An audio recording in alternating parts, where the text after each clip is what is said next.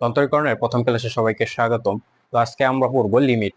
তো লিমিট পড়ার আগে আমাদের কিছু গুরুত্বপূর্ণ বিষয় সম্পর্কে জেনে আসতে হবে। তো প্রথমে যেটা আমরা শিখবো সেটা হলো অসংজ্ঞায়িত বিষয়টাকে। তো তো ধরো তোমার কাছে 20টা আম আছে। এখন এই 20টা আমকে তুমি 2টা করে কয়জনকে বিলিয়ে দিতে পারবা যখন তোমার কাছে একটি আমও অবশিষ্ট থাকবে না? তো উত্তর হলো 10টি। তো এখানে ভাগ শেখা কিন্তু আমাদের উদ্দেশ্য নয়। তো এখান থেকে আমরা কি বুঝতে পারলাম? একটা ভাগফলের বা একটা ভাগের একটাই ফলাফল থাকতে হবে, অর্থাৎ 20কে আমরা 2 দ্বারা ভাগ করলে 10ই পাবো, অন্য কোনো সংখ্যা আমরা পাবো না। এখন তোমাকে যদি বলা হয় যে 20কে 0 দ্বারা ভাগ করলে তখন মানটা কত? অর্থাৎ তোমার কাছে 20টা আম আছে, এখন সবাইকে 0টা করে আম বিলিয়ে দিতে চাও। এখন কয়জনকে তুমি বিলিয়ে দিতে পারবা যখন তোমার কাছে 0টা আম অবশিষ্ট থাকবে? এখন তুমি ধরো 100 জনকে 0টা করে আম বিলিয়ে দিলা, তোমার কাছে আর কয়টা আম বাকি থাকবে? অবশ্যই 20টাই বাকি থাকবে, অবশিষ্ট থাকবে তোমার কাছে। এখন 1000 জনের কাছে যদি বিলিয়ে দাও, তো কখন তোমার কাছে কয়টা অবশিষ্ট থাকবে? অবশ্যই 20টা। এখন পৃথিবীর সব মানুষকে যদি তুমি বিলিয়ে দাও 0টা করে আম, তো তখন তোমার কাছে 20টাই কি অবশিষ্ট থাকবে। এখন আমরা কি ভাগের সংখ্যা অনুসারে কি বুঝি? যে কোনো একটা সংখ্যাকে অন্য একটি সংখ্যা দ্বারা ভাগ করলে একটি নির্দিষ্ট সংখ্যাই পাওয়া যায়, কিন্তু এখানে কি পাওয়া যাচ্ছে? অর্থাৎ 20কে আমরা যখন 0 দ্বারা ভাগ করলাম, তখন কি ভাগ করার ফলে আমরা কোনো নির্দিষ্ট সংখ্যা কি পাইতেছি? না।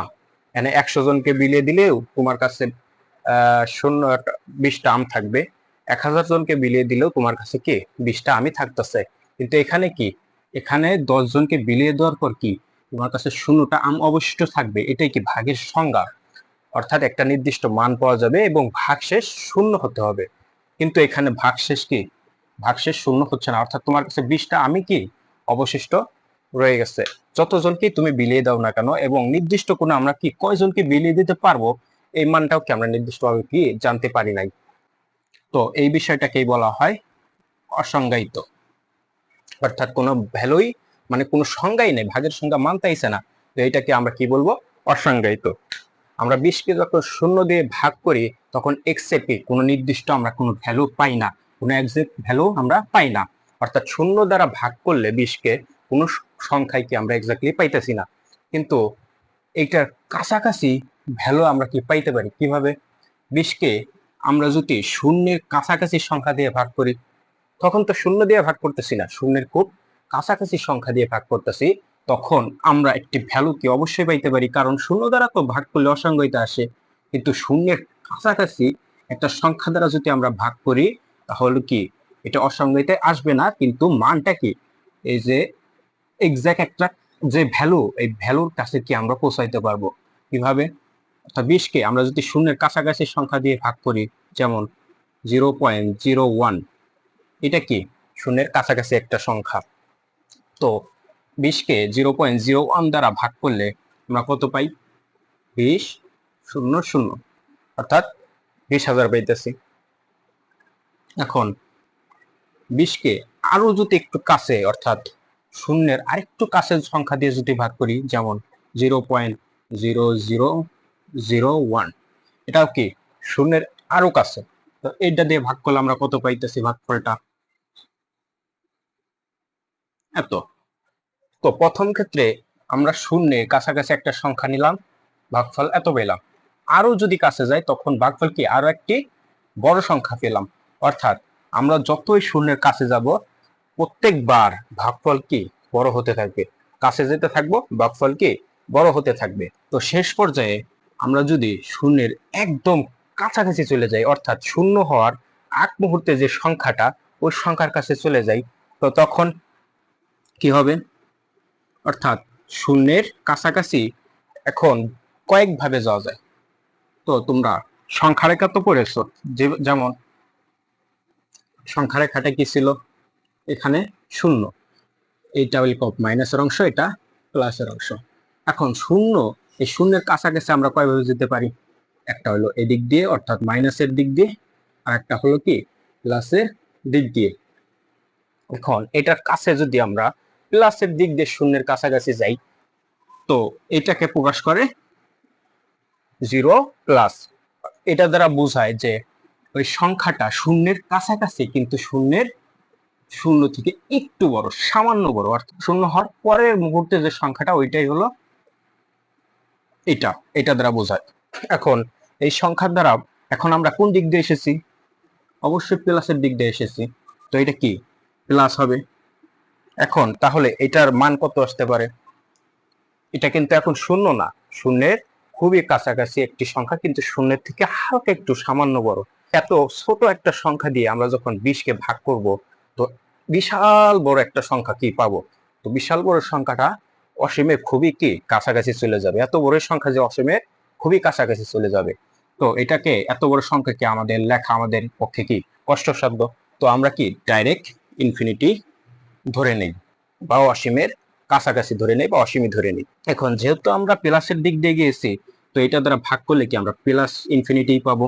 আবার যখন আমরা 20-কে মাইনাসের দিক দিয়ে শূন্যের কাছাকাছি সংখ্যা দিয়ে ভাগ করব, মাইনাসের দিক দিয়ে গিয়ে শূন্যের কাছাকাছি সংখ্যা, এটাকে কিভাবে প্রকাশ করে? 0 মাইনাস। যেহেতু আমরা মাইনাসের দিক দিয়ে গিয়েছি, সেহেতু হবে মাইনাস। খেয়াল করো এখানে কিন্তু শূন্যের কিন্তু প্লাস মাইনাস হয় না, এটা লিখে যাওয়ার দিক, কোন দিক থেকে কোন দিকে গিয়েছি। এখন মাইনাস, শূন্য মাইনাস উপরে মাইনাস, এটা দ্বারা বোঝায় যে মানটা শূন্যের খুবই কাছাকাছি, কিন্তু শূন্য নয়, অর্থাৎ শূন্য হওয়ার আগ মুহূর্তে যে সংখ্যাটা ধরতে পারো এইখানে, অর্থাৎ শূন্য হওয়ার আগ মুহূর্তে যে সংখ্যাটা ওইটা দ্বারা ভাগ করলে আমরা কি পাই? এত বিশাল বড় একটা সংখ্যা পাই, যে আমাদের লেখা কি, আমাদের পক্ষে লেখা কি একটু কষ্টসাধ্য, ইনফিনিটি। যেহেতু এটা আমরা মাইনাসের দিক দিয়ে গেছি, সেহেতু এটা হবে মাইনাস ইনফিনিটি। এখন খেয়াল করো 20-কে আমরা এত ছোট সংখ্যা দিয়ে ভাগ করেছি, যে ওই সংখ্যাটা এতটাই ছোট, অর্থাৎ তুমি যদি 0.0000 সারা দিনও লিখতে থাকো, কি ওই সংখ্যাটা কি শূন্যের কাছে পৌঁছাইতে কি আমাদের খুবই কষ্টসাধ্য হবে। তো সেই কারণে এই এত ছোট সংখ্যাকে আমরা কি ডাইরেক্ট 0-ই ধরে নেই, এবং মানটা হবে প্লাস ইনফিনিটি। এবং এটার ক্ষেত্রেও কি সেম, মাইনাস ইনফিনিটি। তো এখানে দেখতে পাচ্ছি যে 20-কে আমরা যখন শূন্য দ্বারা ভাগ করি, তখন আমরা দুইটা ভ্যালু পাইতেছি, একটা হলো প্লাস ইনফিনিটি আর একটা হলো মাইনাস ইনফিনিটি। কিন্তু এটা কি ভাগের সংখ্যা মানতেছে?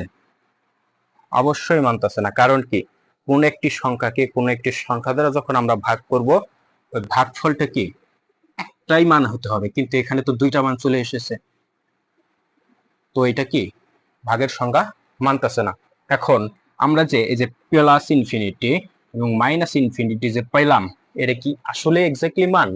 না, এটা এক্স্যাক্টলি শূন্য দ্বারা ভাগ করলে এক্স্যাক্টলি মান না, অর্থাৎ শূন্যের খুব কাছাকাছি সংখ্যা ধরে আমরা একটা মান বের করেছি, খুবই কাছাকাছি একটা ভ্যালু। কোনটার কাছাকাছি?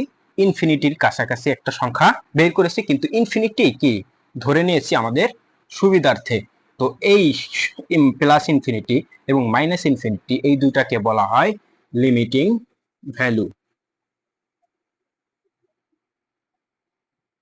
ওকে, এখন যেটা দেখবো সেটা হলো অনির্ণীয় বিষয়টা কি। তো আগের বার আমরা কি করেছি, 20-কে শূন্য দ্বারা ভাগ করেছি, এবং লিমিটিং ভ্যালু হিসেবে কি পেয়েছি? Plus minus infinity. এখন তোমাকে যদি বলি যে শূন্যকে যদি শূন্য দ্বারা ভাগ করা হয়, তখন ভ্যালুটা আমরা কত পাই? বা আরেকভাবে চিন্তা করতে পারো যে 0 ইকুয়ালস টু 0 ইন্টু এক্স। শূন্যের সাথে আমরা এক্স্যাক্টলি একটা ভ্যালুই লাগবে, অর্থাৎ শূন্যের সাথে এক্স্যাক্টলি কোন ভ্যালু গুণ করলে আমরা শূন্য পাবো। এখন তুমি বলতে পারো যে 1 গুণ করলেই তো আমরা শূন্য পাই, কিন্তু 2 গুণ করলেও তো আমরা শূন্য পাইতে পারি, 3 গুণ করলেও তো আমরা শূন্য পেতে পারি, 4 গুণ করলেও আমরা কি সেমই ভ্যালু পাইতেছি। অর্থাৎ যে কোনো ভ্যালুর জন্য কি এই মানটাই শূন্যই চলে আসতেছে, কিন্তু কোন মানের জন্য যে আমরা শূন্য পাইতেছি এটা আমরা কি এক্স্যাক্টলি নির্ণয় করতে পারছি না। তো এই বিষয়টাকে বলা হয় অনির্ণয় বিষয়। এবং যে ফরম্যাটটা পেলাম 0/0, এটা হলো অনির্ণীয় আকৃতি।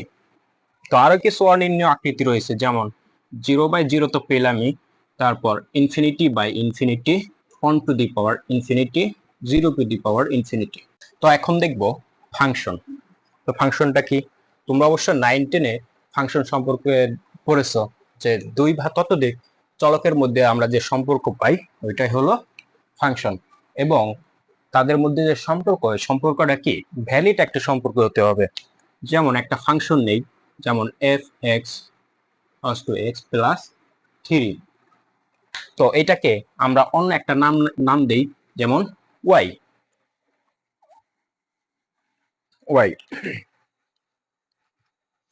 এখন খেয়াল করো, x এর মান আমরা যখন 1 বসাবো তখন y এর মান আমরা কত পাই? 4। x এর মান আমরা যখন 2 বসাবো তখন y এর মান আমরা কত পাচ্ছি? 5।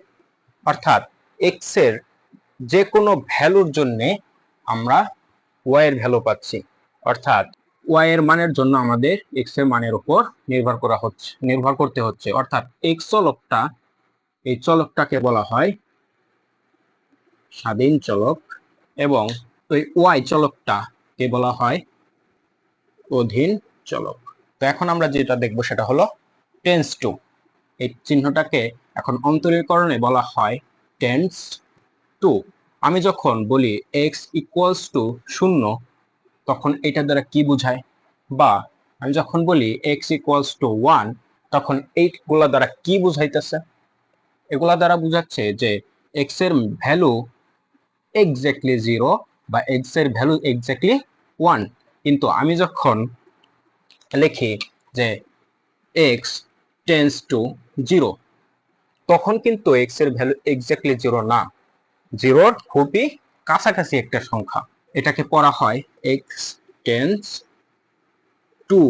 0, অর্থাৎ x এর ভ্যালু 0 নয়, কিন্তু 0-এর খুবই কাছাকাছি। এখন 0-র কাছাকাছি যেহেতু দুই ভাবে আসা যায়, আমরা একটু আগেই দেখেছি যে মাইনাসের দিক দিয়ে এবং প্লাসের দিক দিয়ে কি শূন্যের খুবই কি কাছাকাছি চলে আসা যায়। তো আমরা যখন x → 0+ লিখবো, এইটার দ্বারা বুঝায় আমরা শূন্যের কাছাকাছি প্লাসের দিক দিয়ে এসেছি। এবং x → 0-, এটার দ্বারা আমরা বুঝবো যে শূন্যের কাছে আমরা কি প্লাস মাইনাসের দিক দিয়ে এসেছি, খুবই কাছাকাছি এসেছি। তারপর আমরা যখন বলি যে ডেল x, এটা দ্বারা কি বোঝায়? এটা দ্বারা বোঝায় x এর পরিবর্তন। মানে এখন যদি বলি ডেল x → 0, তখন কি বোঝায়? x এর পরিবর্তন শূন্যের খুবই কাছাকাছি। তো এটাকে আরেকটা নামে ডাকা হয়, সেটা হলো সূক্ষ্ম পরিবর্তন। তো এখন দেখবো অপারেটর। অপারেটর কি? তো অপারেটর হলো একটি সাইন বা বিশেষ চিহ্ন, যা কোনো নিজস্ব কি ভ্যালু নাই, কিন্তু অন্য এক বা একাধিক ভ্যালুর সাথে বসে অন্য একটি ফলাফল দেয়। যেমন 3+3=6, এখানে মাইনাস কি, এই যে প্লাস কি, একটি অপারেটর।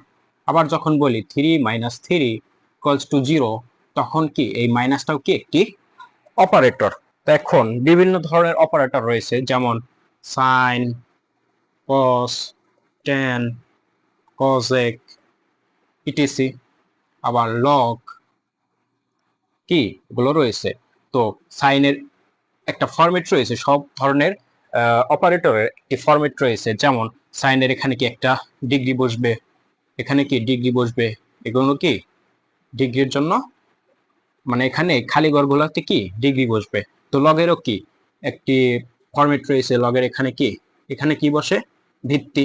এবং এখানে কি বসে? একটি ভ্যালু বা মান। তো আমরা যেহেতু লিমিট করতেছি, তো লিমিটেরও কি একটি নির্দিষ্ট অপারেটর রয়েছে। তো এই অপারেটর কি? লিমিট। তো লিমিট এবং নিচে একটা কিছু বসে এবং এখানে কিছু একটা বসে। তো এখানে কি বসে? এখানে বসে স্বাধীন চলকের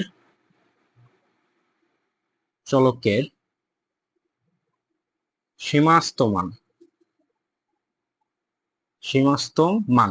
অর্থাৎ এই যে x → আমরা যখন এই যে এটাও বলতে পারি, বা x → যে কোনো একটি ভ্যালু এখানে বসবে। আবার এখানে কি বসবে? এখানে বসবে যে কোনো একটি ফাংশন। এখন আমরা যে লিমিটের অপারেটরটা পেলাম, লিমিট এখানে কি যে কোনো একটি সীমাস্থ মান এবং এখানে কি বসবে ফাংশন।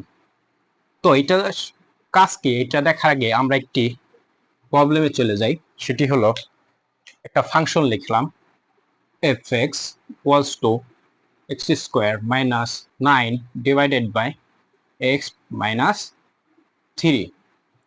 তো এখন আমি যদি বলি যে x এর মান ইকুয়ালস টু 3, তখন এই ফাংশনটার মান কত আসে fx। এখন যদি আমরা মানটা বসিয়ে দিই তখন বা মান বসানোর আগে আমরা যদি এটি সূত্র ফেলাই x plus 3 x minus 3 divided by x minus 3। এখন যদি আমরা মানটা বসায় দিই তখন কি হয় x 3 প্লাস 3 3 মাইনাস 3 এবং 3 মাইনাস 3। তো 3 প্লাস 3 এখানে হয় 6 এবং 0 বাই 0। এখন খেয়াল করো এখানে কি একটি অনির্ণীয় আকৃতিকে আমরা পাচ্ছি 0 বাই 0। এটা কি অনির্ণীয় আকৃতি, অর্থাৎ x এর ভ্যালু আমরা যখন ডাইরেক্ট 3 বসাচ্ছি তখন 0 বাই 0 অর্থাৎ অনির্ণীয় একটি আকৃতি চলে আসছে, অর্থাৎ এটা নির্ণয় করতে পারবো না আমরা। কিন্তু এখন আমরা অ্যাকচুয়ালি লিমিটের ভিতর ঢুকে যাব, অর্থাৎ এখন এই লিমিটের অপারেটরটা কাজ আমরা দেখব। এখন আমি যদি বলি যে x টেন্ডস টু 3, এখন ফাংশনটার মান কত আসবে? এখন কিন্তু x এর ভ্যালু এক্স্যাক্টলি 3 না, 3 খুবই কাছাকাছি একটা মান। তো এখন যদি আমরা ফাংশনটা সমাধান করি লিমিট অপারেটর দিয়ে, তো লিমিট x টেন্ডস টু 3 এবং ফাংশনটা কি x square minus 9 x minus 3। তো প্রথমে একটা বিষয় খেয়াল করো, এখানে যখন 0 বাই 0 আসতেছে তো এই x এর মান যখন আমরা 3 ধরে নিব তখন কি x মাইনাস 3 আর x মাইনাস 3 এই দুটার ভ্যালু কি 0 বাই 0 আসবে। তখন এই দুটা কি আমরা কাটতে পারবো না, কারণ কি এই দুটা তো 0 বাই 0 আসতেছে, 3 বসাইলে অনির্ণীয় আকৃতি আসতেছে। তো 0 বাই 0 আসলে ওইটাকে তুমি কেটে অন্য কিছু লিখতে পারবা না বা লেখা যায় না, কারণ এটা কি অনির্ণীয় আকৃতি। এখন খেয়াল করো x এর মান কিন্তু আমরা এখন 3 নাই, x এর মান কি নিয়েছি x টেন্ডস টু 3।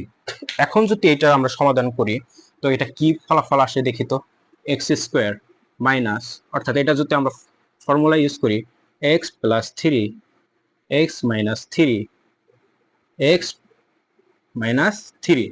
এখন খেয়াল করো এখন কিন্তু এক্স্যাক্টলি ভ্যালু 3 না, এখন এখানে যদি ওই মানটা x টেন্ডস টু মানটা বসায় দেওয়া যায়, এখানে যদি x টেন্ডস টু মানটা বসায় দেই তো এই দুটা কি শূন্য হচ্ছে না, শূন্য থেকে বড় বা ছোট কোন একটা হচ্ছে, কিন্তু এই দুটার ভ্যালু কি শূন্য হচ্ছে না। তো এখন আমরা এই দুটাকে কেটে দিতে পারবো, কেন এখানে কি অনির্ণীয় আকৃতি আসছে না।